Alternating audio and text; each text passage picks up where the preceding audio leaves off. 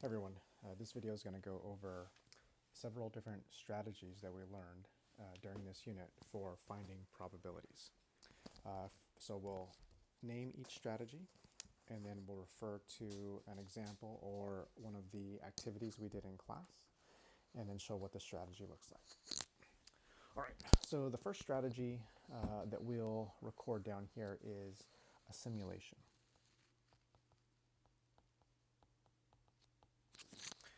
So when would you want to use a simulation? Probably for an event where it's pretty difficult to calculate the probability by hand or with a formula or using one of the other strategies. So one activity that we did where we used the simulation was the one about the soda contest. Right, so it was like Pepsi was running a promotion and they were claiming 1 in 6 soda bottles had a winning cap, and 30 students had bought soda bottles and only 2 had won, right? And so we wanted to try to estimate the likelihood that there would be only 2 winners if 30 people bought bottles. So that's really difficult to calculate using any other strategy, but a simulation will give us a pretty good estimate. All right, so what are the steps involved in doing a simulation? So number one, we have to label the outcomes. So we had said, oh, we'll use a dice because a dice has 6 sides and Pepsi claimed 1 in 6 wins. So we chose one face of the die to represent winning and the other 5 faces of the die to represent losing. Okay. All right, next we had to roll the die a bunch of times. So this was the randomization step. Okay, so we're just kind of producing a bunch of trials. And then the last thing that we do is we need to count or select which outcomes match the criteria we're looking for.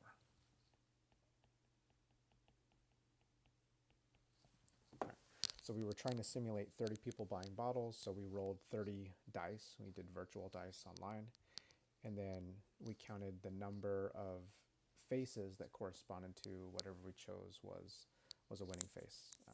I think every class chose a different side, but let's say we said, oh, rolling a 1 means you win and anything else means you lose. So we do 30 virtual dice rolls and then we count up the number of ones we had to determine the number of winners. Yeah. Right.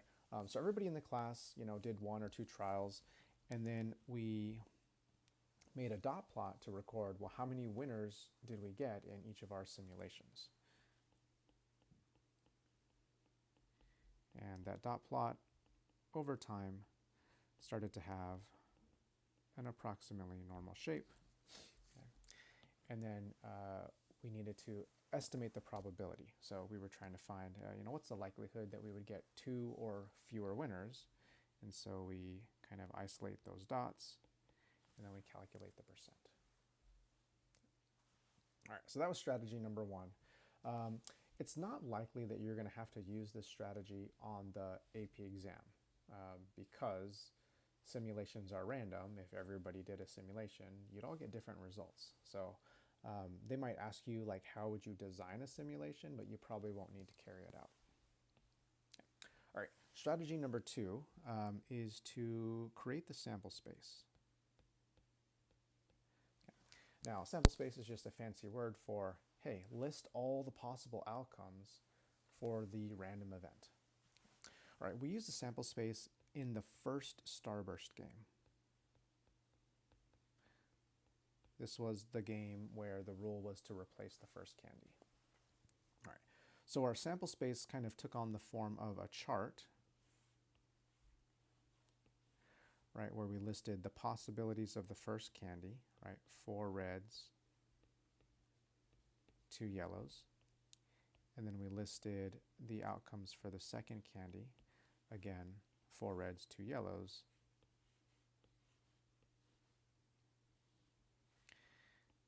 And then we wrote out all the different combinations, right? So all of these here were red reds. All of these were the double yellows.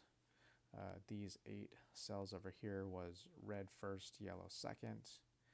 And then these 8 cells were yellow first candy, red second candy. Okay. Right, so to find the probability using a sample space, well, first of all, the sample space tells you the total number of possible outcomes, right? And that's going to be your denominator, total number of outcomes. Right. So in this context, there were 36 possible outcomes, and then you need to go in and count the number of outcomes that correspond to the event. So if I'm calling it event A, then I'm going to count the number of outcomes in event A. So in the activity, one of the things we found was the probability of winning the game, right? So we know there's 36 possible outcomes, so we had 36 here in the denominator. And to win, right, we knew that these outcomes here were wins, and these outcomes here were wins. So what, 16 plus 4, right, gave us 20 for the numerator. All right. Now, strategy 3 and 4 we did in the same activity. This was the two-way table and the Venn diagram. So I'm going to do these at the same time. Two-way table and Venn diagram. So the activity, the context was the taco tongue / evil eyebrow.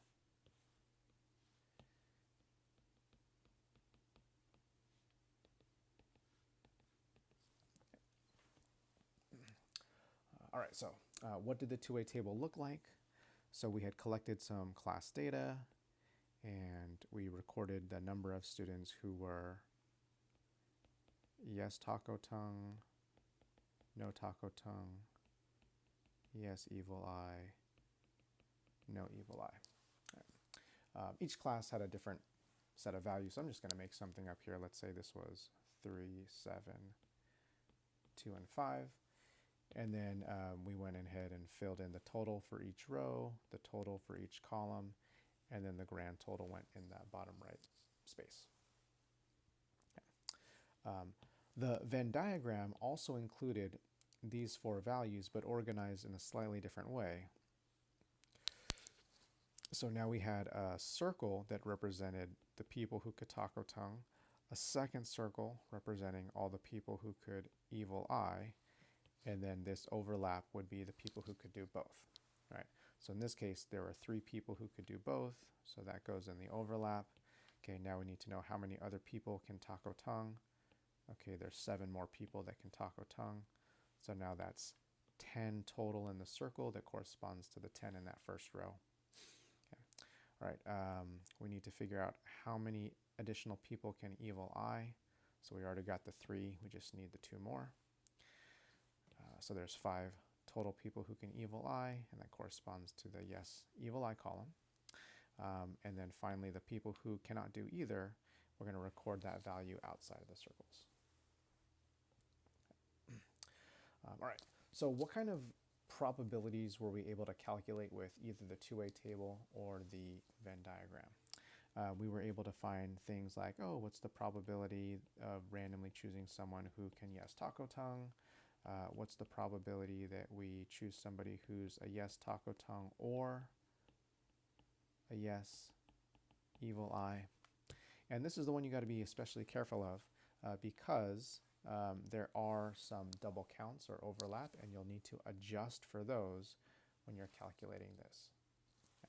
Okay. You can also use a two-way table or a Venn diagram to find a conditional probability, right? What's the probability that somebody is a yes taco tongue given that they are a yes evil eye? Okay. So you find the condition, right? You isolate that part of the table, ignore everything else, and then find the probability with those values. Okay. All right, second to last strategy. Okay, so in our last class meeting, we learned about the tree diagram. All right, so this was the second time we played the Starburst game. All right, and what was unique about the second time we played is that we were doing it without replacement. Right, right? So we were imagining that the first candy we pull out of the bag does not get replaced. And that's important because by not replacing the first candy, it changes the probabilities for what color we get on the second candy. All right, so the tree diagram takes this general form. So you've got a couple arrows that indicate the possible outcomes for the first event. Right? I'm just going to say A or not A. And then you've got some additional arrows to represent the outcomes of some second event. I'm just going to use generic terms here: B, not B, B, not B. And this leads to 4 different combinations.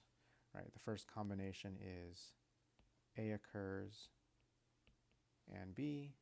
We've got A and not B, not A and B, not A and not B. Right? And so for each of these, we want to figure out the probability. Now, because all of these are AND statements, we're going to find the probabilities by multiplying. What exactly are we going to multiply? Well, in the tree diagram, there should be probabilities next to each arrow.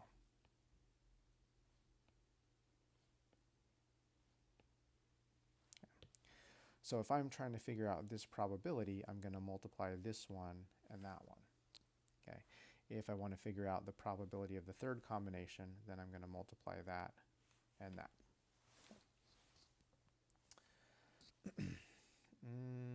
What else to say? When you're doing a tree diagram, it's always a good idea to check that the total here comes out to exactly 1. All right, the last strategy is the one which should be your last resort, and that is using a formula. Okay. All right, we did talk about certain formulas during a lot of these lessons, but we tried our best to not go straight to the formula and to use one of these other strategies like a sample space, a two-way table, or a tree diagram before having to rely on formulas. Okay, so this is our last resort. Okay, so let's just take a peek at the formula sheet.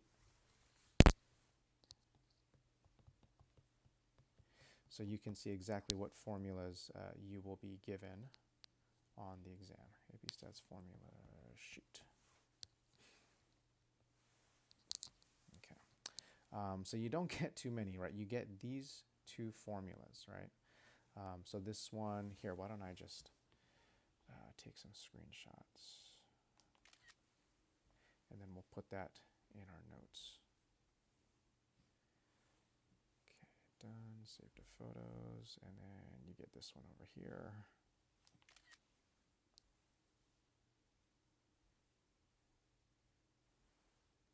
Done, save to photos. And that is it, right? Just those 2. That's all we get. All right, so let's insert the first one,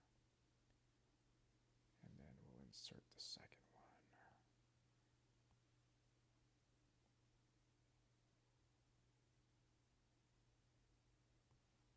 All right, so let's talk about each of these. All right, so first of all, notice that they're using a lot of symbols here. This is the symbol for OR, and this is the symbol for AND. Okay. So to find the probability of A or B, right, you can add their individual probabilities, and then this last term, right, this is the adjustment for the double counts. Okay. Now remember, not every situation is going to have double counts, so you've got to really think to yourself, are there double counts?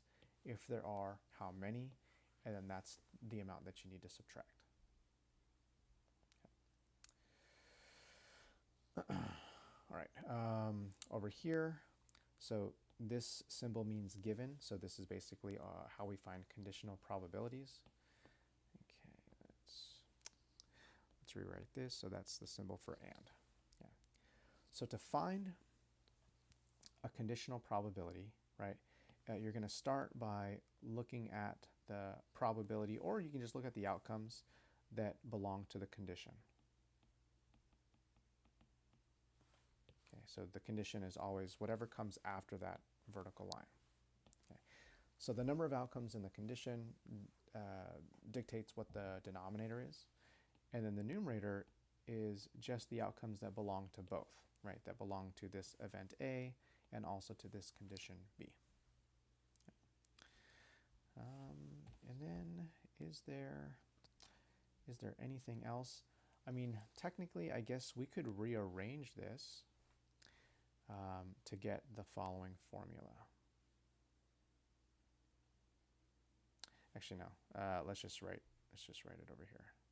So forget I said anything about rearranging that. So the probability of A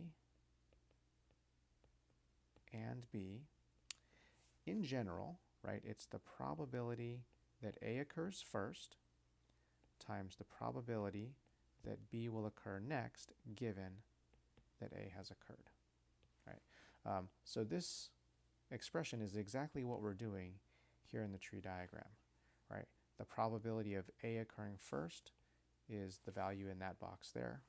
The probability of B occurring next, given A has occurred, is the value in that box, right?